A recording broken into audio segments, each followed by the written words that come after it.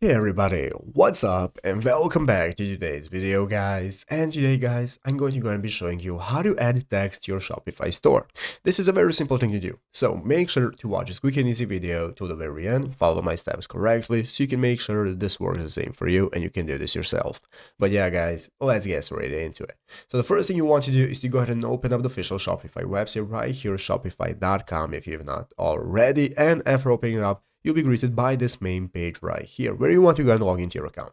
After logging into your account, you'll be greeted by the home page right here where you can get started with editing your store. And here at the left side screen, we can find all the sections we can access such as home, orders, products, and so on.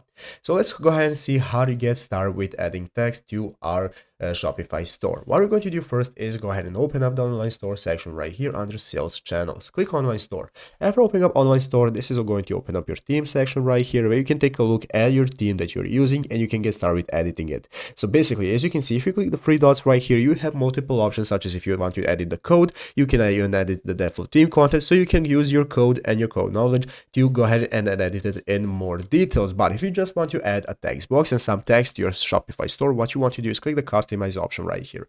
After clicking customize, this is now going to open up this new menu where you can get started with previewing your store, and we have our header, footer, and our main section and our template where we can get started with adding everything we need. And basically guys, if you want to add text, all you have to do is just click the add block option right here. After adding block, you can see you can get started with adding text, and you can add any text you want to your store, so you can give customers details that you might want to use and so on. You can add any kind of text you want right here. As you can see, you can put it wherever you want and get started with editing it however you want.